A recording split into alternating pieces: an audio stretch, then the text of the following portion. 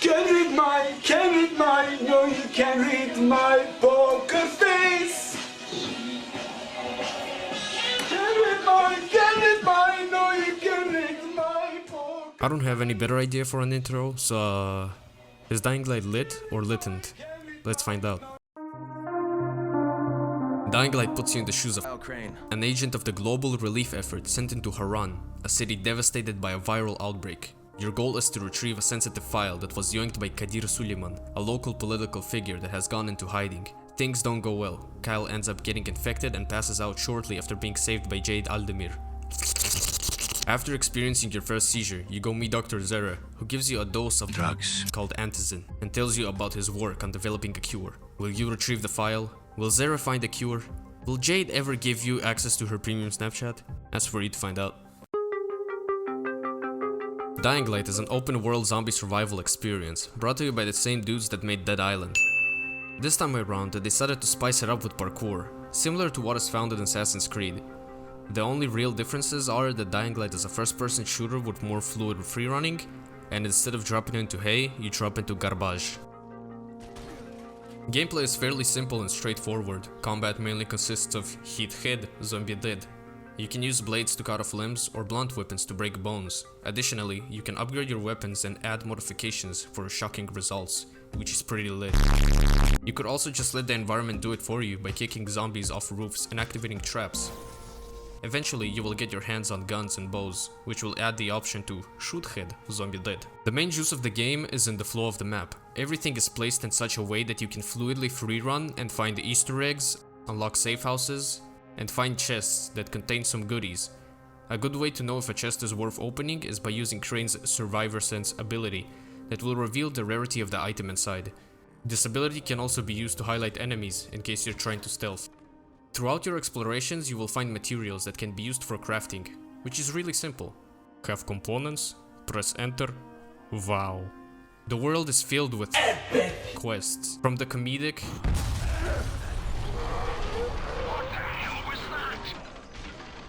I found Jeff. to the surreal. This is Serjuh. It seems we've run out of options. Each quest offers a unique experience thanks to the interesting locations and day-night cycle. As the sun sets on Haran, the minorities come out, turning the gameplay experience into a stress fest that can only be summarized with this. Hey guys, I'm going to explore. Never mind, there's Zombies. If you don't want to deal with the night, you can go to the nearest safe house and sleep there. But if you want to keep playing during the night, the game will reward you with double experience. The progression in this game is absolutely fantastic. There's 4 skill trees, all of which develop individually. Agility progresses through freerunning and gives you access to skills such as tackle and dropkick. Power progresses through killing and gives you access to skills that unlock more ways to kill, such as stomp. Survivor progresses through completing quests and allows you to craft more advanced items, most notably the grappling hook. Lastly, there's Legend, which unlocks once you max out the other skill trees. It lets you apply damage multipliers and such, and it progresses the same way as the other 3. But as you progress, so does the Haran virus. At first you only encounter generic biters, but you are very quickly introduced to zombie variants like the virals that, well, They're trying to be cracked. They're trying to be cracked. goons, hungry boys, speedy boys, explodey boys, beefy boys, screamy boys, shiny boys.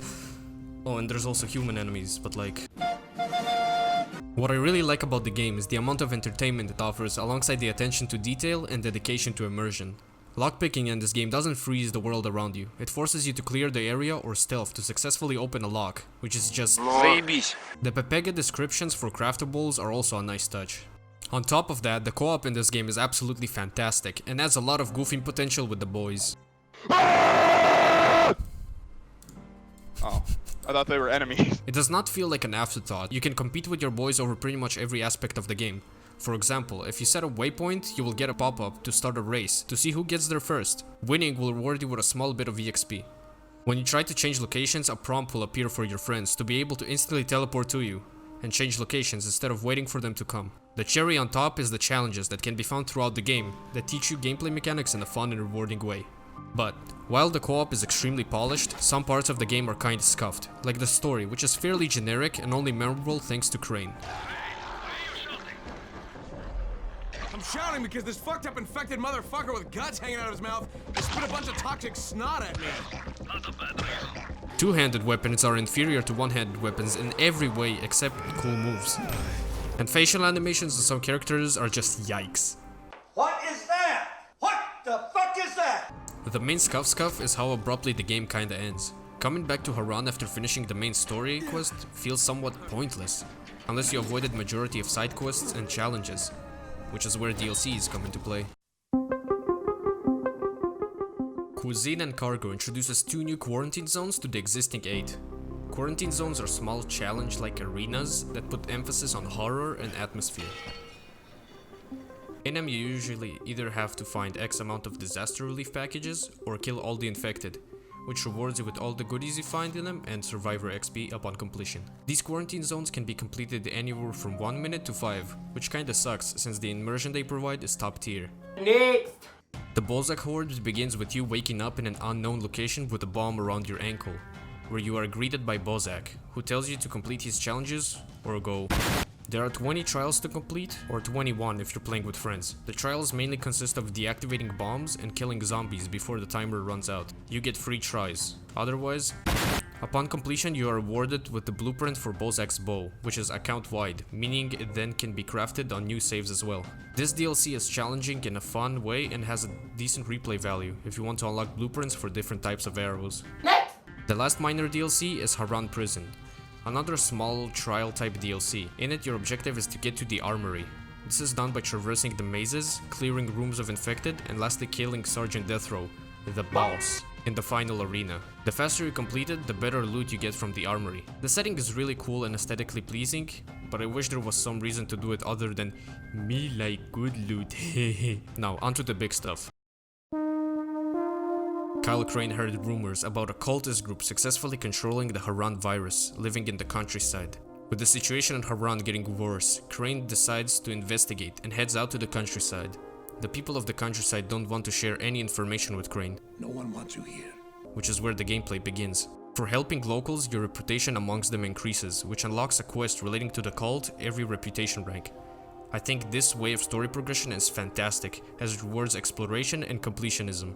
The following introduces a massive open map to explore, which is a nice change of scenery from the urban style of the base game, and a vehicle to easily traverse this map. With it comes the driving skill tree, which progresses through plain old driving, manslaughter, and race challenges, which reward you with XP and car parts, to pimp your ride with better parts and defense systems. It seems like the Haran virus is much more advanced here, as you can find GigaChat versions of zombie variants, in the form of a poor man's raid boss, and hungry boy hives that can be cleared for increased reputation with the locals. The side quests are fairly interesting, but the best part is the replay value of the DLC itself. There are 3 endings, 2 of which you can decide at the end of the game, and 1 which is an Easter egg. Speaking of Easter eggs, there's a lot of them here, but this one is my favorite. I did not hit him. It's not true. It's bullshit. I did not hit him. I did not. Oh, hi, Crane. What do you do if you finished everything the game and DLC have to offer, but still want to put hours into Dying Light? That's right, you select the Be the Hunter mode in the menu to invade other players' games. In this mode you play as the Hunter, a zombie variant only seen in this mode. Your objective is to kill a total of 10 survivors to win, while defending a nest that survivors will try to destroy. For each kill you get XP that progresses the Hunter skill tree, which allows you to unlock skills that will help you in case your friends aren't idiots. This mode is an absolute blast both on the Hunter and Survivor side. And for winning on the Survivor side, you get a blueprint for the most powerful booster in the game. With Dying Light 2 on the horizon, I'd recommend anyone who enjoys open world games to give this one a try.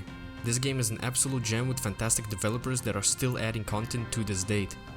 While some aspects of the game are weak, they are easily overshadowed by the amount of content this game offers, which is why Dying Light is pretty lit. Elmo came with an AK-47, nigga, you gon' hate on me, I bring out that 11.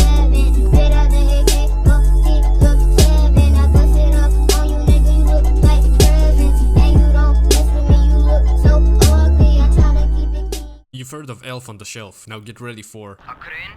On a crane! Very funny man.